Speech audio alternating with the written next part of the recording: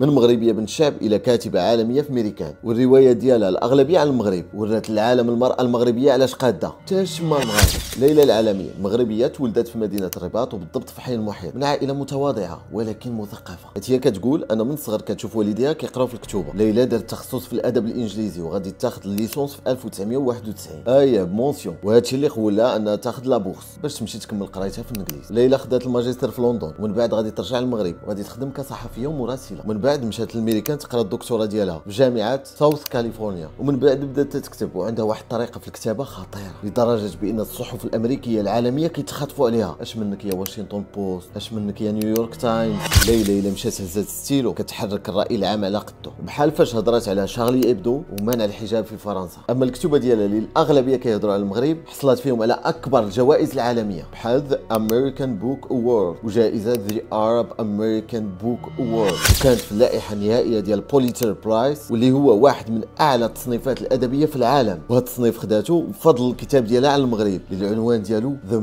مورز اكاونت. حتى نتوما تقدروا ديروا البصمه ديالكم في هذا العالم. ثقوا في راسكم وعمروا راسكم.